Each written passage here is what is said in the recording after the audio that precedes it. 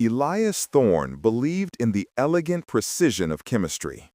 In his small, stone-walled restaurant, the Alchemist's Ladle, tucked away in the forgotten Castovian village of Volkovia, he was more scientist than chef.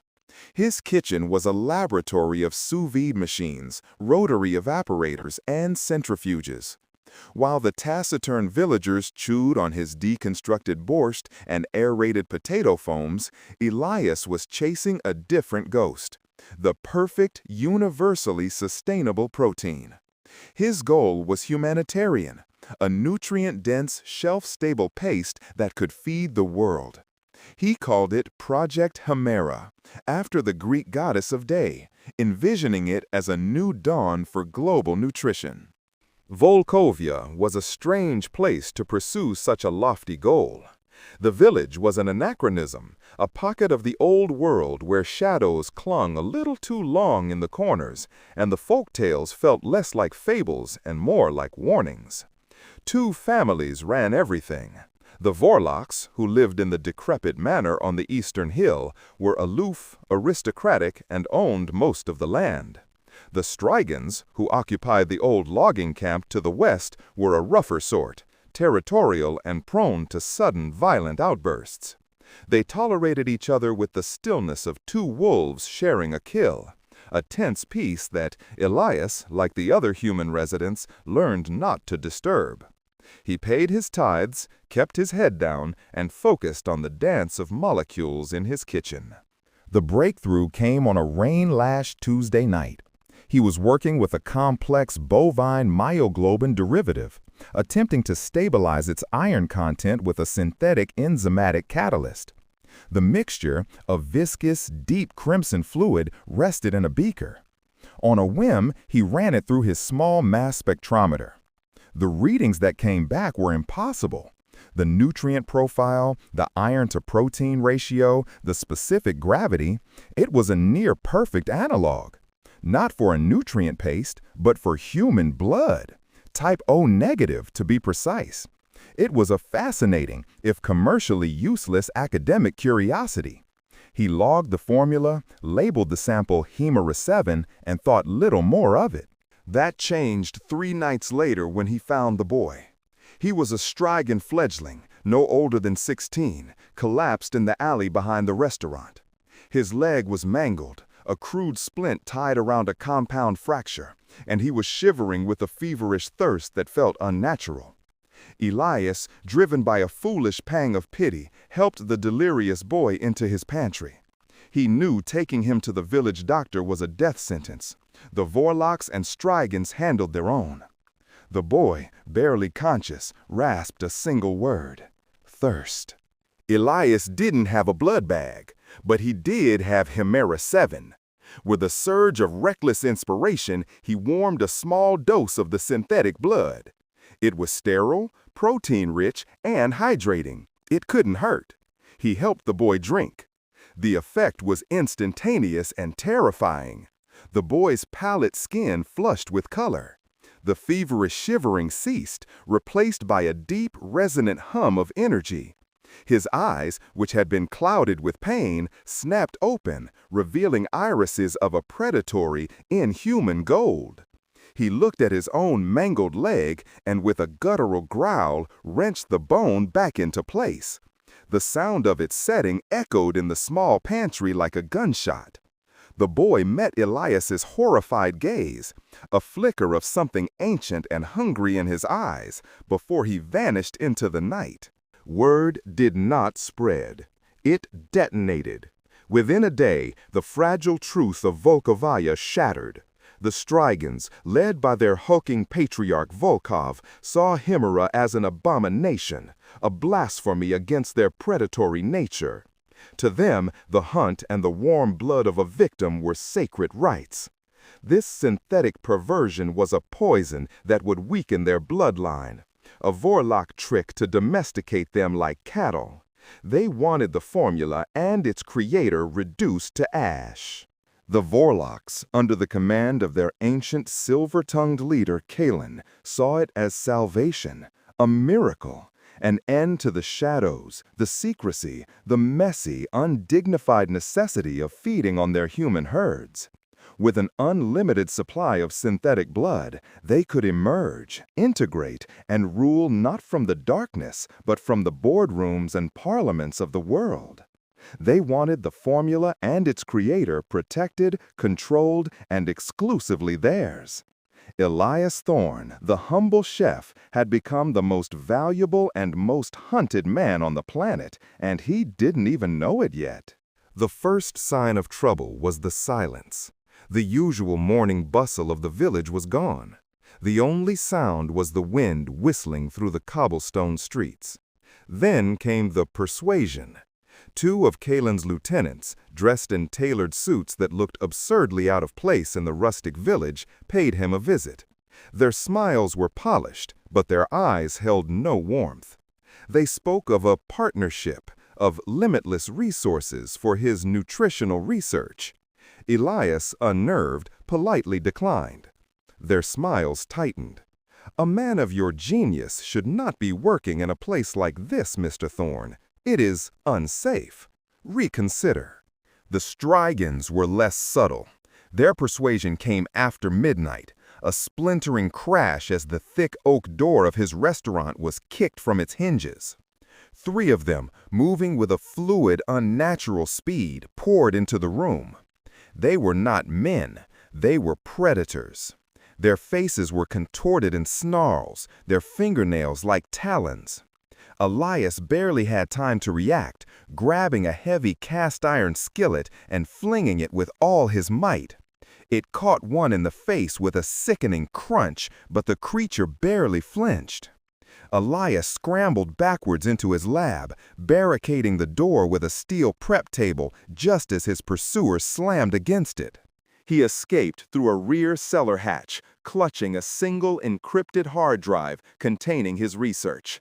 He fled into the oppressive dark of the surrounding pine forest, the howls of the Strygons echoing behind him, a sound that promised a slow and painful death. The game had begun. Half a world away, in a sterilized Langley briefing room, Kate Laswell stared at a satellite thermal image. "Volkovia, Kostrovia," she announced, her voice crisp. 2 days ago, this village was a thermal ghost. As of 0400 this morning, it's lit up like a war zone. On the screen, heat signatures flared and vanished in patterns that defied conventional combat analysis. They were too fast, too sporadic. General Shepard, a silhouette against the projection, grunted. Intel from a source in the SVR speaks of a biochemical breakthrough, a potential super-soldier serum. They're calling it Hemera. We can't let the Russians get their hands on it. Captain John Price, nursing a cup of tea, studied the screen. With him were John Soap McTavish, Kyle Gaz Garrick, and the ever-present, ever-silent Simon Ghost Riley. "Super soldiers?" Soap quipped, leaning forward. "Sounds like a load of bollocks."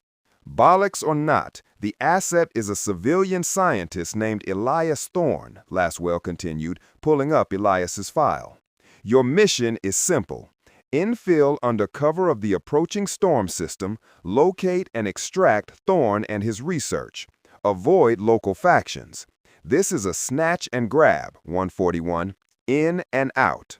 "There's no such thing," Price muttered, setting his cup down. "Ghost, guys, gear up. Soap, you're with me. Let's go see what the bloody fuss is about." Their insertion was clean. The ex-Soviet Mi-8 helicopter cut through the storm-racked sky, depositing the 4 operators on a ridge overlooking Volkovia. The wind howled, masking their approach. Through the scopes of their suppressed M4s, the village was a picture of chaos. Fires burned in several buildings, casting dancing, distorted shadows. The place looked like it had been torn apart.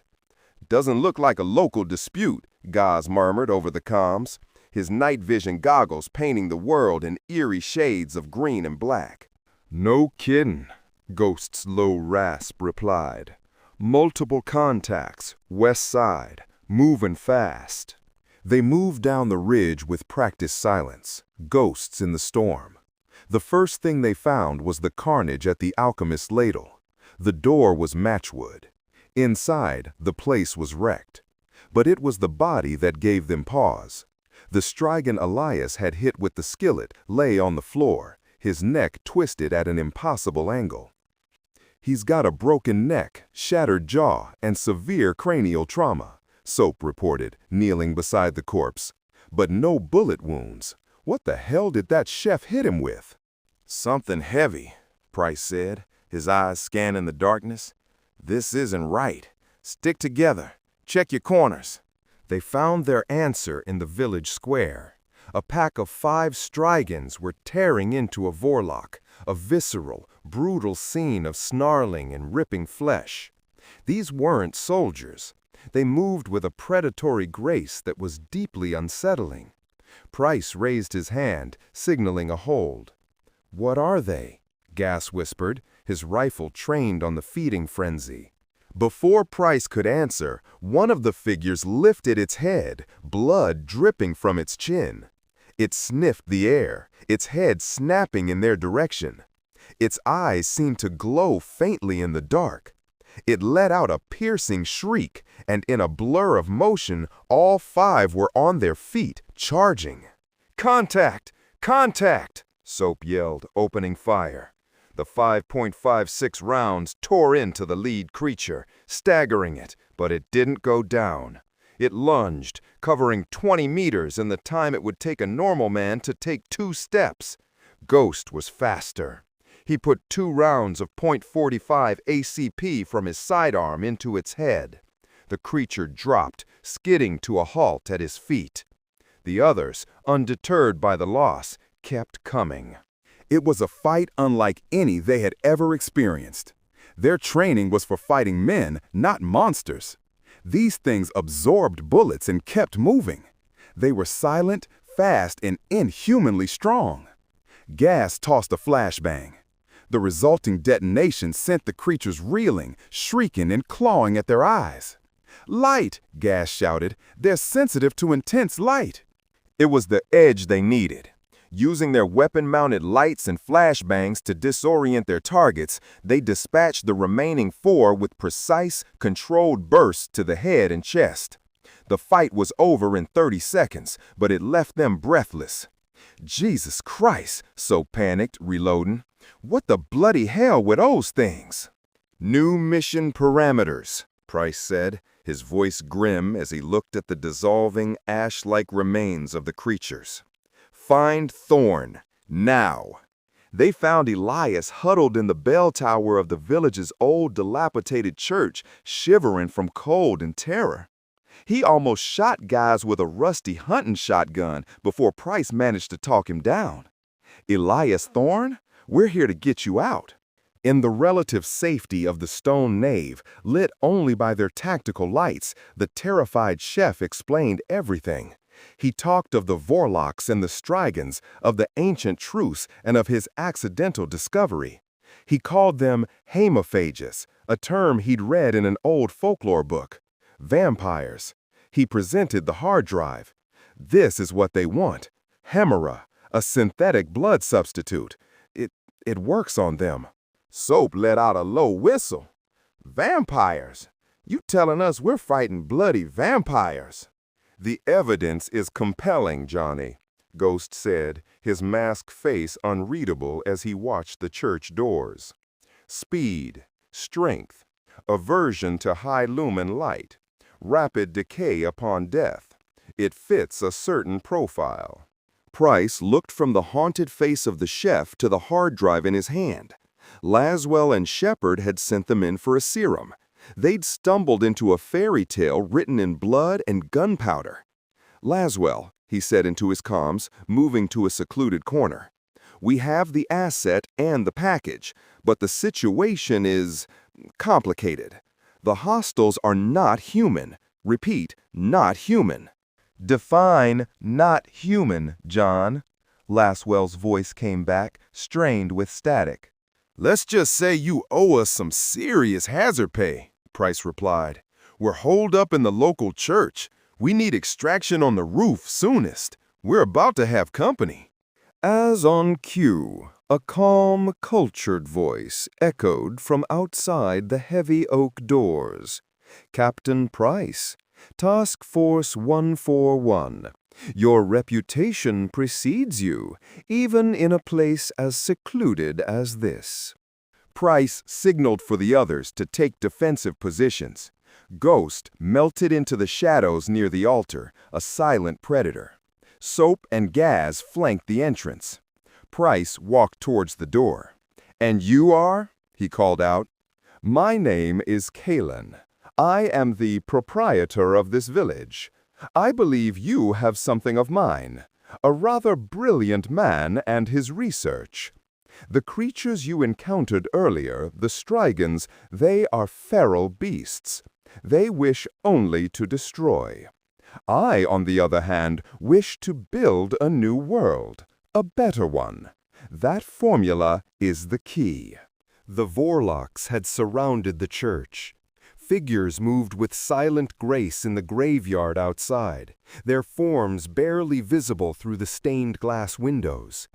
They were disciplined, organized, a stark contrast to the feral Strigans. "Here is my offer, Captain," Kalen continued, his voice dripping with persuasion.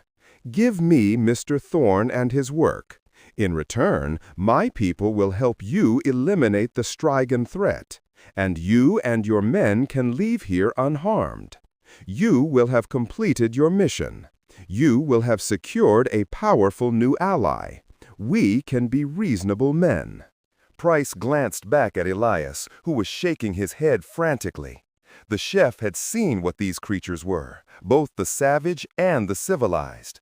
He knew that Kalen's new world would be built on the slavery of humanity. Price looked at his men, their rifles steady, their resolve unshaken. They were soldiers. They didn't make deals with monsters. "We get dirty and the world stays clean," Price said, more to himself than anyone. He keyed his comms. "All stations, stand by. We're not dealing." He shouted back at the door, his voice a gravelly bark that cut through the wind. "Thanks for the offer, but we'll be taking the scenic route." Kalen's sigh was audible even through the thick wood. "A pity. I had hoped you were a pragmatist." The assault began a moment later. It was not a wild charge, but a coordinated tactical attack. Vorlock fighters, armed with ancient blades and modern firearms scavenged over decades, smashed through the stained glass windows. They moved in silence, a blur of black cloth and pale skin. At the same time, a savage howling from the rear of the church signaled the arrival of the Strigans, drawn by the scent of battle. They crashed against the back walls, tearing at stone and wood, a chaotic force of nature against the Vorlock's measured assault. The church became a three-way killing field. "They're fighting each other, too," Gaz yelled, firing a burst that dropped a Vorlock climbing through a shattered window. "Use it! Let them thin each other out!" TF-141 became an island of disciplined fire in a sea of supernatural chaos. Ghost was a phantom of death, moving from shadow to shadow, his suppressed pistol spitting subsonic rounds that found their marks in vampiric skulls. Soap was a whirlwind of aggression, laying down suppressing fire and using his grenades to break up charging groups. Price was the anchor, calling targets, directing fire, his M4 a seamless extension of his will. They fought with the brutal efficiency that had made them legends. They used every advantage they had. Gaz jerry-rigged their remaining flashbangs to a remote detonator, creating a blinding perimeter. They discovered that the creatures, for all their strength, were vulnerable to massive physical trauma. High explosive rounds from Soap's underbarrel grenade launcher were devastatingly effective. Elias, huddled behind the stone altar, was shouting out anatomical advice. "The heart, it's not for circulation, it's a secondary neural cluster. Destroy the heart or the head." "Chopper's 5 minutes out," Gaz shouted over the din. "We need to get to the roof." "Elias!" Price yelled. Is there another way up besides the bell tower stairs? The crypts, the chef yelled back, pointing to a flagstone in the floor. There are old priests' tunnels. They lead to the ridge behind the church, but they pass under the square. It'll have to do. Soap, get it open. Ghost, cover us, Price ordered. The flagstone was heavy, but with Gaz's pry bar and Soap's muscle, they heaved it open, revealing a dark, musty-smelling staircase leading down into blackness. Their escape through the tunnels was a claustrophobic nightmare. The air was cold and dead, the only light from their weapon-mounted beams cutting through centuries of dust.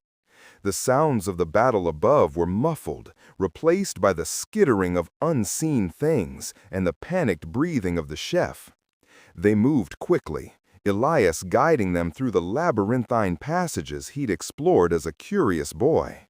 They emerged from a hidden exit in the foundation of the town's old clock tower, right in the middle of the square. The battle from the church had spilled out, turning the heart of Volkovia into a maelstrom. Vorlocks and Strygons tore at each other under a sky split by lightning. In the center of it all, Kalen stood apart from the fray, directing his forces like a chess master.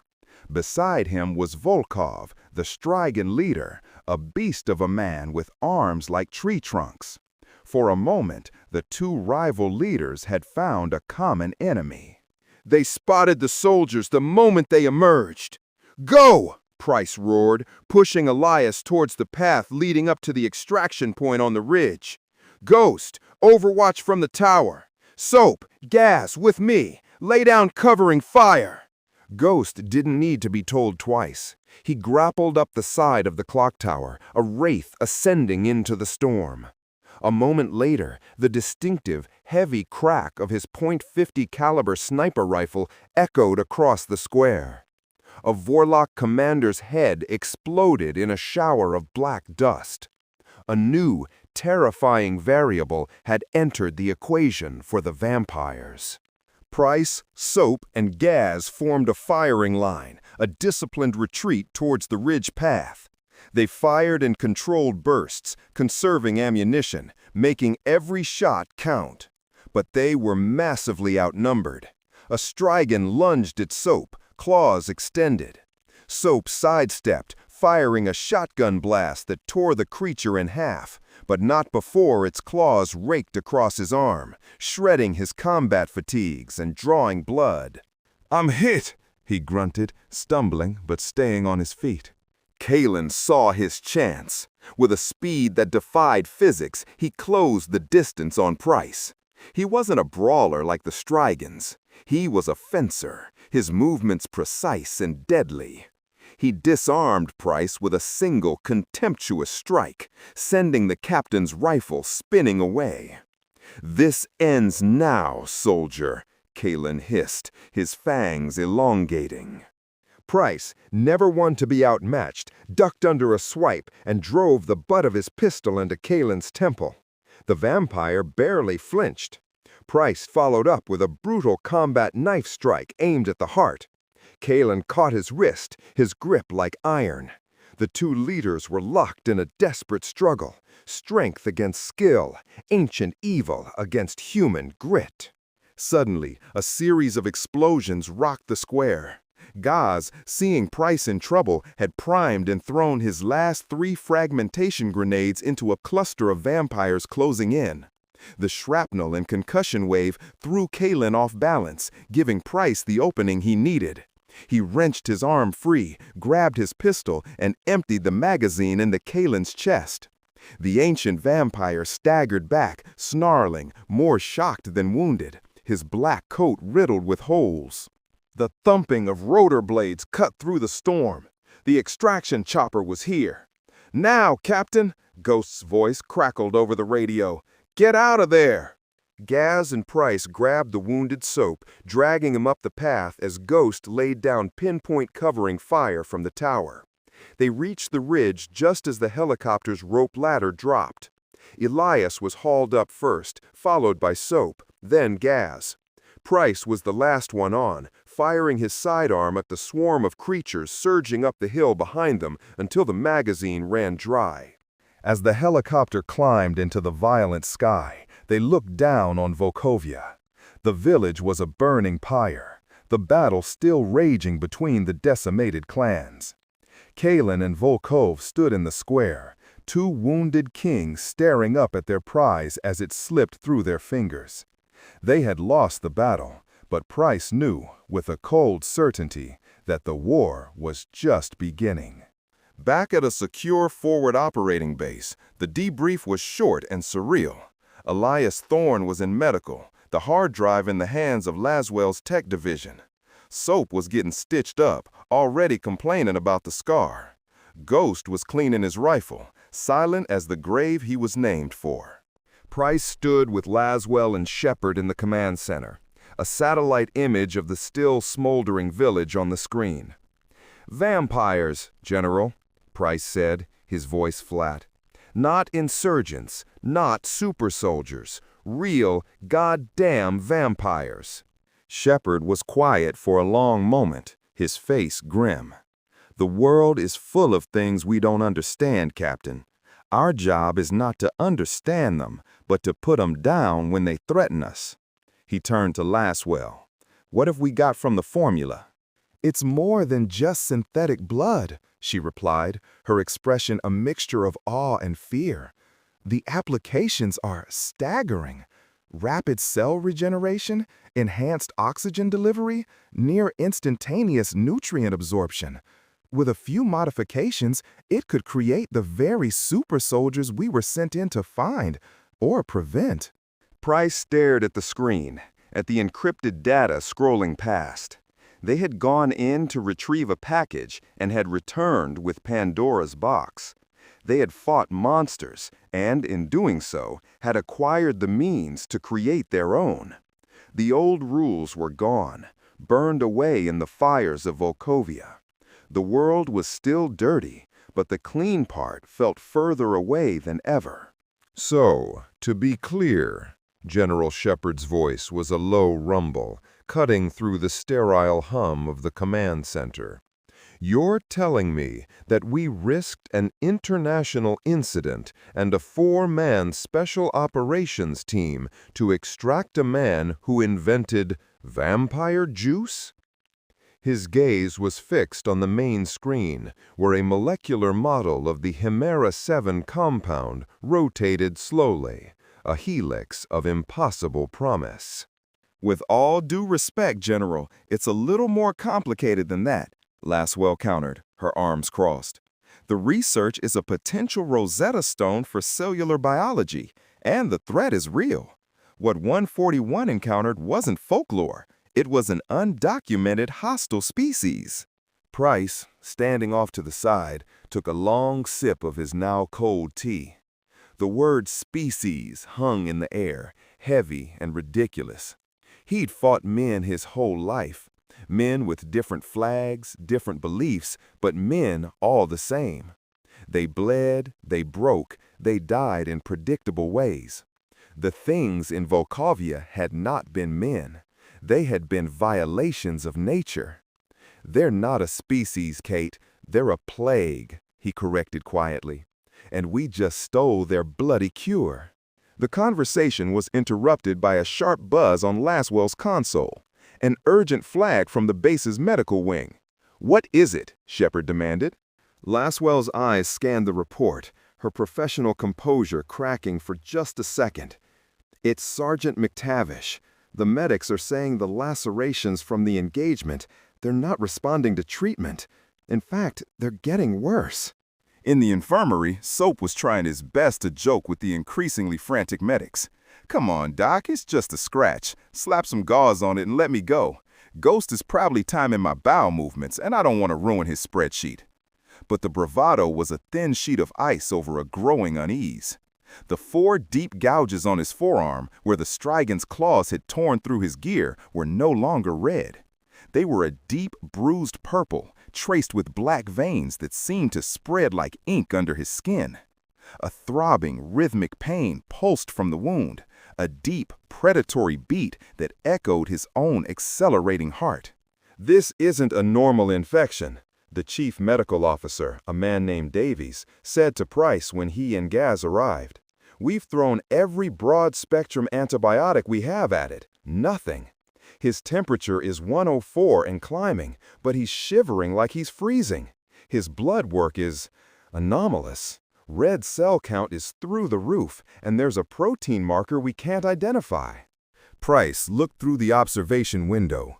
Soap was now sitting up, his jaw clenched. His eyes, usually bright with mirth, were narrowed, scanning the room with a feral intensity. He seemed to be listening to something no one else could hear. Gaz stood beside Price, his expression grim. "He's burning up, Cap. This isn't good." Ghost was already there, a silent statue in the far corner of the observation room, having never left. He hadn't said a word, but his posture was coiled steel. He watched Soap not like a concerned teammate, but like a biologist observing a volatile specimen, his analytical gaze missing nothing. Elias Thorne was brought in, looking pale and out of place in his borrowed fatigues. He peered at Soap's wound through the glass, his scientific curiosity warring with his fear. "The Strigans," he whispered, more to himself than the others. "Their nature is different from the Vorlocks, cruder, more primal. It was always said in the old tales that their bite or their claw was a curse." "A curse?" Price scoffed, though the word felt chillingly appropriate. "We don't deal in curses, Mr. Thorne." "Call it what you will, Captain," Elias replied, his voice gaining a sliver of confidence as he slipped into the familiar territory of theory. "A retrovirus, a prion, a biological agent that rewrites the host's genetic code. The result is the same. His body is at war with itself. He's being overwritten." For 2 days, Soap's condition deteriorated. The fever raged, and he was racked with agonizing muscle spasms. His senses became painfully acute. He complained that the fluorescent lights felt like daggers in his eyes, the hum of the machines a roar in his ears. He could smell the antiseptic on a nurse's hands from across the hall. The medics had to sedate him, strapping him to the bed as his thrashing grew more violent. He was losing the war. In another late-night meeting, the mood was dire. "We're losing him, John," Laswell said, her voice strained. "Davies says it's systemic. Organ failure is imminent." "There has to be something," Gaz insisted, pacing the room. "We don't leave our people behind." It was Elias who broke the silence. He looked from Price to Laswell, his face etched with a terrible calculus. "There might be one option. It is monumentally reckless." He gestured to the screen displaying the Hemera data. Project Hemera was designed to be a universal biological medium. It promotes rapid cellular regeneration and nutrient delivery on an unprecedented scale. It revitalized the Strigan boy. It gave him strength. "You want to give him vampire juice?" Shepard's voice crackled over the comms, incredulous. "I want to give his body the tools to fight back," Elias corrected, his voice firm. "The Hemera formula might be able to overwhelm the foreign agent, to force his cells to regenerate faster than the infection can corrupt them. Or," he hesitated, "it could act as an accelerant. It could bond with the unknown protein and catalyze the transformation, turning him into one of them. Or it could simply kill him. I don't know."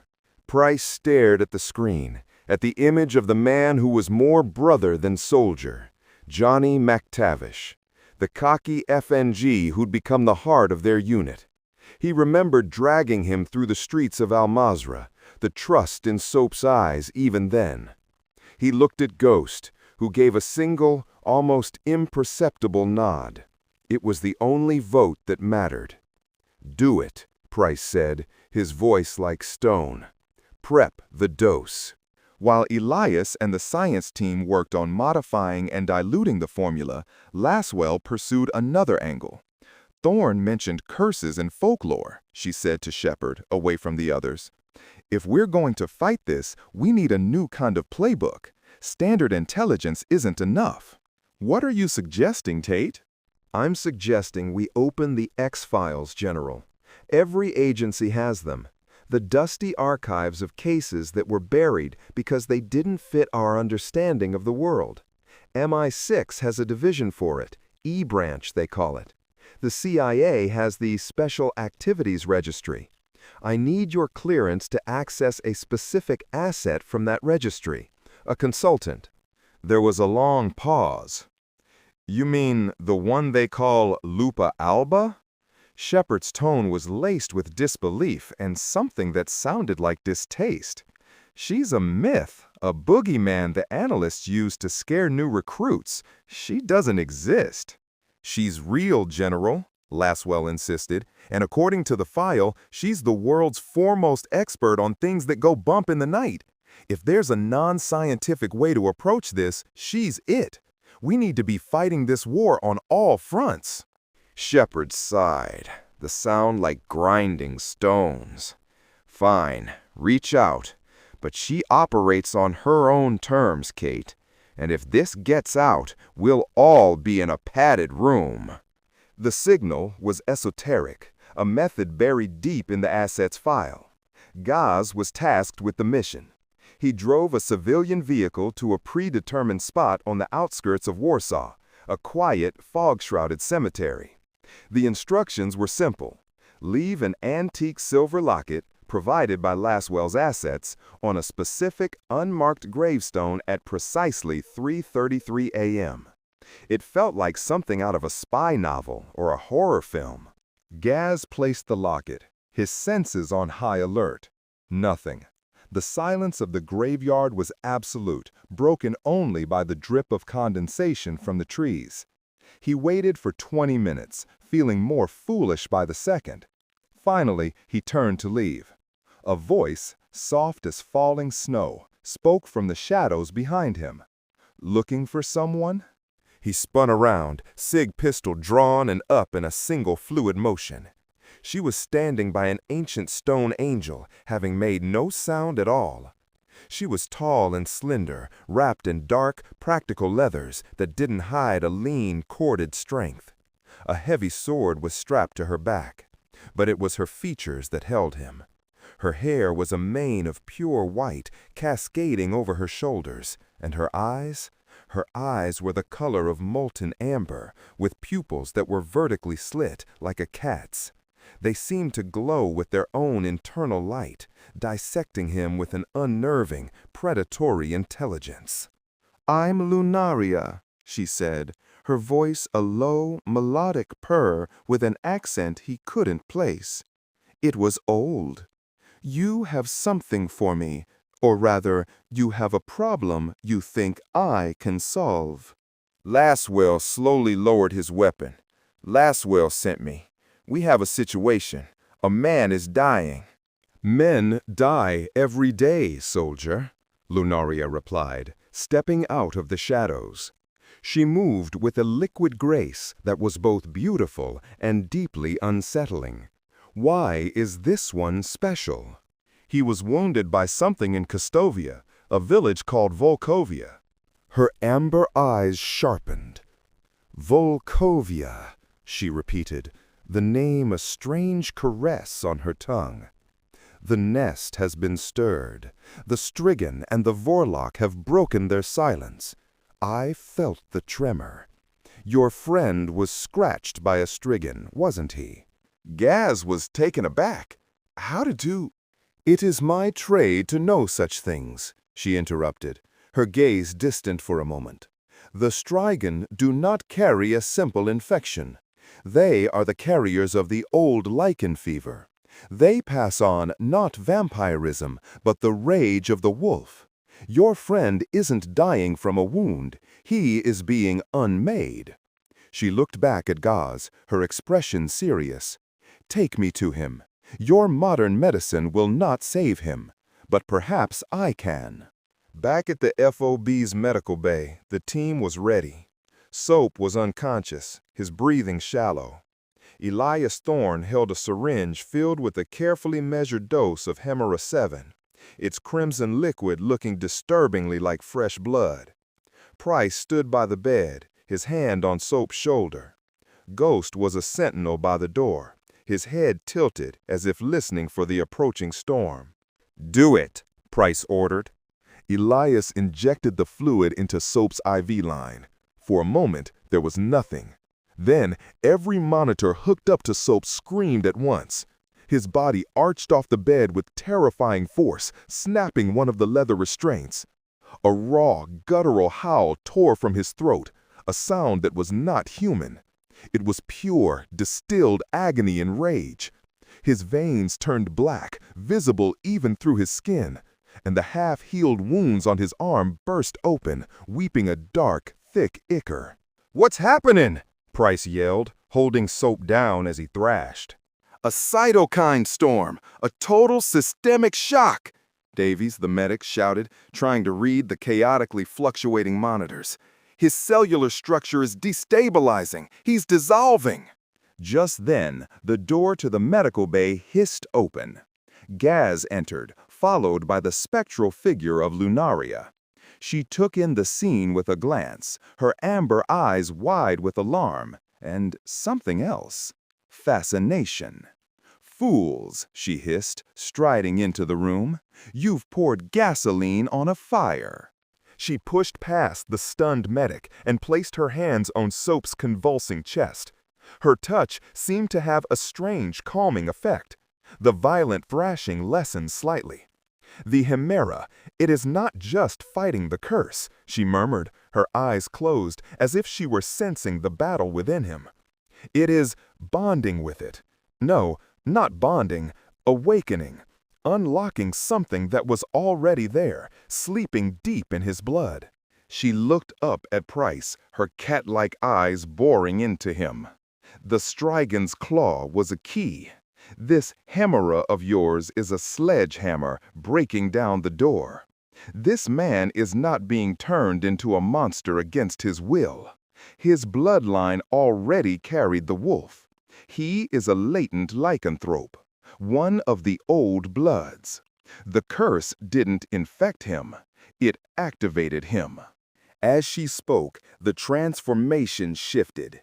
The violent agony subsided, replaced by a surge of raw power. The black veins receded. The deep wounds on his arm began to close with impossible speed, knitting together and leaving behind a lattice of faint, silvery scars. The monitors began to stabilize, showing vitals that were strong, too strong. His heart rate settled at a slow, powerful 120 beats per minute, the rhythm of a predator at rest. His fever broke, replaced by a cool, radiating energy. Slowly, John McTavish's eyes fluttered open. But they were not the same. The familiar blue was gone, replaced by a luminous, burning gold. The pupils slitted just like Lunaria's. He blinked, looking at his hands, then at the concerned faces of his team around him. He took a deep breath, and it sounded like he was tasting the air for the first time. "Johnny?" Price asked, his voice rough with emotion. "Son, are you with us?" Soap looked at him. A slow, slightly feral grin spread across his face. He sat up, the remaining restraint snapping with an effortless flex of his shoulders. "Captain," he said, and his voice was deeper, with a new resonant gravel. "I feel bloody brilliant." He could hear the frantic heartbeat of the medic cowering in the corner. He could smell the faint scent of cordite on Price's uniform, the sterile tang of Ghost's mask, the ancient, earthy scent of pine and wet soil that clung to the strange, white-haired woman. The world, which had been a muffled, blurry thing for days, was now sharp and painfully clear, a symphony of sensory information. Ghost stepped forward, his masked face unreadable. He moved into Soap's personal space, a silent challenge. Soap met his gaze without flinching, a low growl unconsciously rumbling in his chest. For a tense moment, the two men stood locked in a tableau of new dynamics, the ghost and the wolf. Finally, Ghost gave a slight nod and stepped back, apparently satisfied. Lunaria watched the exchange with a calculating expression. "He is still himself," she announced to the room. "The man has triumphed over the beast, for now. His human will is strong, but the beast is now part of him. He is a hybrid, a true lycanthrope, not a mindless thrall. What you have done here, it is unprecedented." Price finally let out a breath he didn't realize he'd been holding. Soap was alive. He was different, changed in a way that defied all logic, but he was alive, and he was sane. That was the victory. The consequences could be dealt with later. He turned to Lunaria. "What now?" "Now he must learn control," she said, her amber eyes fixed on Soap. "He has the strength of 10 men, senses that can pierce the veil of night, and a healing factor your scientist could only dream of. He is a living weapon. But with that power comes the hunger, the rage. The lunar cycle will pull at him. The scent of blood will call to him. Without discipline, he will be lost to the instinct." She looked around at the soldiers of Task Force 141, at the shell-shocked scientist, at the newly born Lycan. "You went to Volkovia looking for a serum and stumbled into a war that has been fought in the shadows for 1,000 years. You have taken their miracle, and in doing so, you have created a new one." Her gaze settled on the single crimson-filled syringe of Hemera 7 still on the medical tray. "And Kalin and Volkov will not rest until they have it back. They will not stop at a remote village. They will bring the war to your world. And now," she said, a thin, dangerous smile touching her lips, "you have a wolf of your own to send back." In the command center, Shepard and Laswell watched the footage from the medical bay in stunned silence. The mission had been to extract a scientist. It had turned into a supernatural firefight, the acquisition of a world-altering substance, and the transformation of a Tier 1 operator into a creature of myth. "My God," Shepard breathed, watching Soap effortlessly snap the restraint. "Laswell, what have we done?" Laswell stared at the screen, her analytical mind racing to process the impossible strategic implications. The asset was compromised. No, the asset had been upgraded. The world was no longer black and white, a simple map of allies and enemies. The shadows had grown longer, and from them new shapes were emerging. "I don't know, General," she admitted, her voice barely a whisper. "But I think we just changed the rules of the game."